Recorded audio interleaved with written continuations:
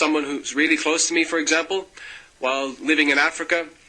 Her cousin was dying. She prayed earnestly for her cousin to get better, but her condition wasn't getting better. So her family went into the city to visit the sick one in the hospital.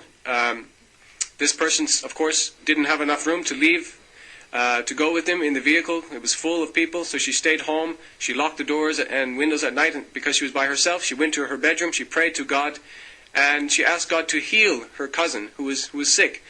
And then all of a sudden, a man appeared in her room, standing in a white flowing gown with beautiful colors, beautiful white colors, with a smile on his face, with a long black beard, just smiling at her. And she was horrified at first, but then she realized that this was an angel from God. And of course, she was in Africa, where there was no white people at that time, so this was confirmation to her as well. And she's a Muslim. Again, another miracle from Allah. He forgot that in Islam, angels don't wear white clothes. This is number one. And in Islam, the angels have one look. They have the look of a guy. His name is Dahi al-Kalbi, and we can show that from the hadith. And this was the boyfriend of Muhammad. Because Muhammad he never saw angels except in the look of Dahi al-Kalbi. And I want somebody to explain to me why is that. Secondly, you said, whoever you are, that this woman, she prayed to Allah, and Allah, he sent her a messenger, and that was a miracle. What did the messenger did recovery for that man who was dying, her cousin? You do not tell us. Please tell us, because I want to know. Because if this has happened, I want to know why Allah, he did not save the kids of Muhammad. Why Allah, he did not send any of his angels to save Muhammad kids who did die. Don't you know that Muhammad, he have, according to Muslims, boys who did die because they get sick? Did he pray to Allah? I don't think so, because if you pray to Allah according to you, and Muhammad is a good believer, right? Allah, he should save his kids. But Allah is willing to save someone in Africa, the one you are talking about, but he is not willing to save his own prophet kids. Does that make sense? And Muhammad was crying, praying to God, Allah, why? Why Allah? And you know what? Let me tell you something more. Where is the angels of your God Allah when your prophet family, all of them, with no exception, tortured by his wife Aisha and her army? When the army of the Muslim Sunnah, they follow Ali, and they cut the heads of the grandsons of Muhammad. And we see now all Muslims, they do celebrate, Muslim Shia, not all Muslims, Muslim Shia celebrate, and they beat themselves in the memory of that day when the heads of the grandsons of Muhammad became like a basketball ball. Every Muslim was shooting them in the ground, and they draw their body for more than 5 days, and they put a stick in the butt of Hassan al-Hussein, and they lifted him up to make fun of him, and they take off his clothes, make him naked. Where is your God Allah? Now maybe a Muslim will say to me, okay, what is your God when Jesus he died? Well, Jesus for us as a Christian, he came for this. But your prophet in here, and you claim that your God Allah exists and he will protect his good people. He never did. The family of Muhammad, all of them get killed.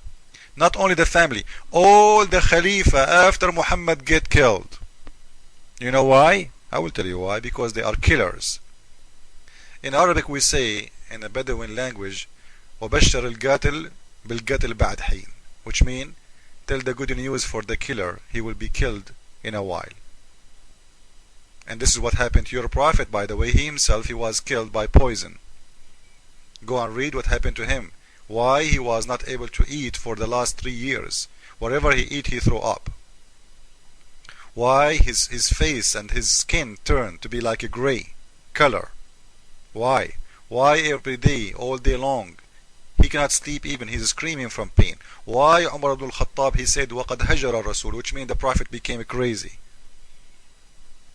The good friend of Muhammad saying Muhammad is crazy?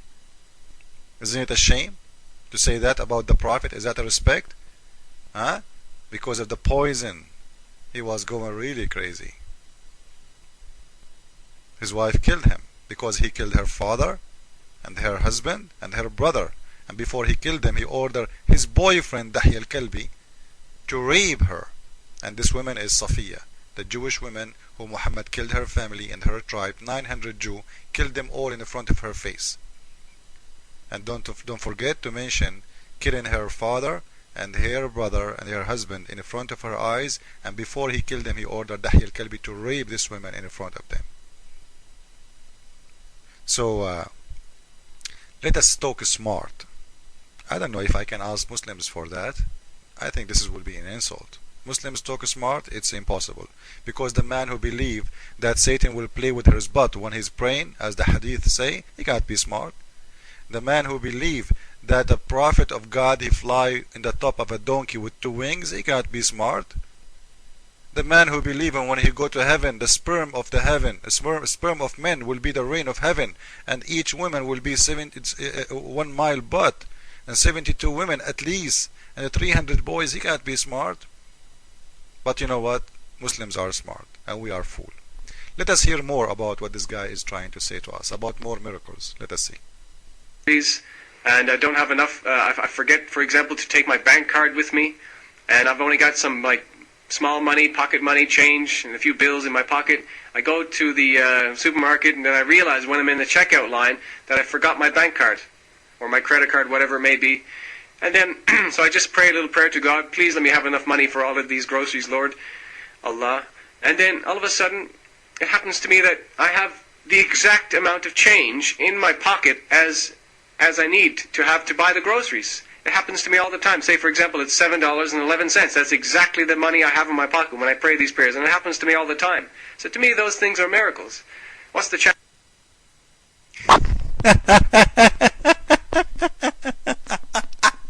I'm dying. You know, guys, I want all Muslims to try this. Because, you know, if this is true, all of us, we will go and we will not ever take money with us. Guys, this guy, he go and he don't have his credit card with him.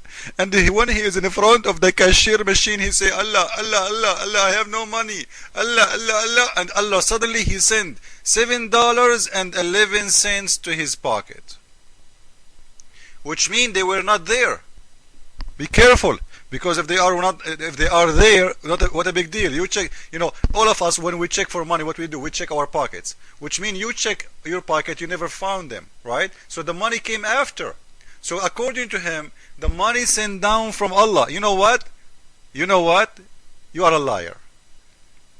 You are a big fat liar.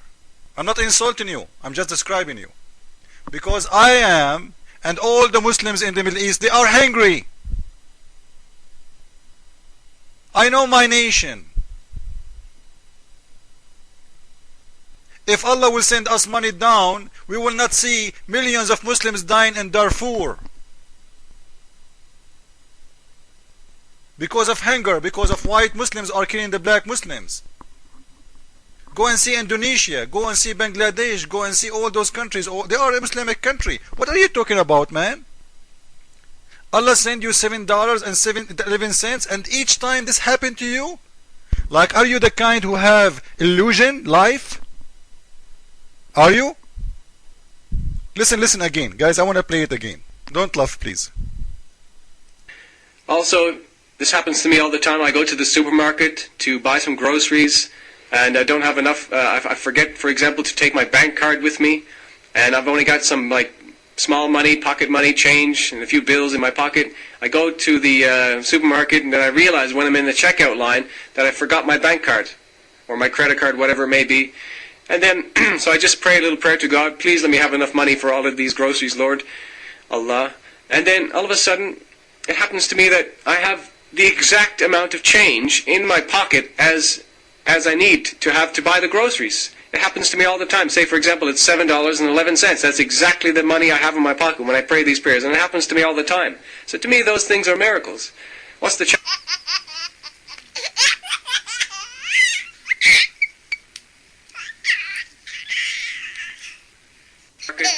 buy some groceries, and I don't have enough. I forget, for example, to take my bank card with me, and I've only got some small money, pocket money, change, and a few bills in my pocket. I go to the supermarket, and then I realize when I'm in the checkout line that I forgot my bank card or my credit card, whatever it may be. And then, so I just pray a little prayer to God, please let me have enough money for all of these groceries, Lord. Allah. And then all of a sudden, it happens to me that I have the exact amount of change in my pocket as I need to have to buy the groceries. It happens to me all the time. Say, for example, it's $7.11. That's exactly the money I have in my pocket. Happened to him all the time. Did you hear it? All the time happened to him. No comment. Bye-bye. One day I prayed, God, please let me get a salary raise at work. There was no reason for me to believe I was going to get a salary raise because I had not been talking to my bosses about that issue.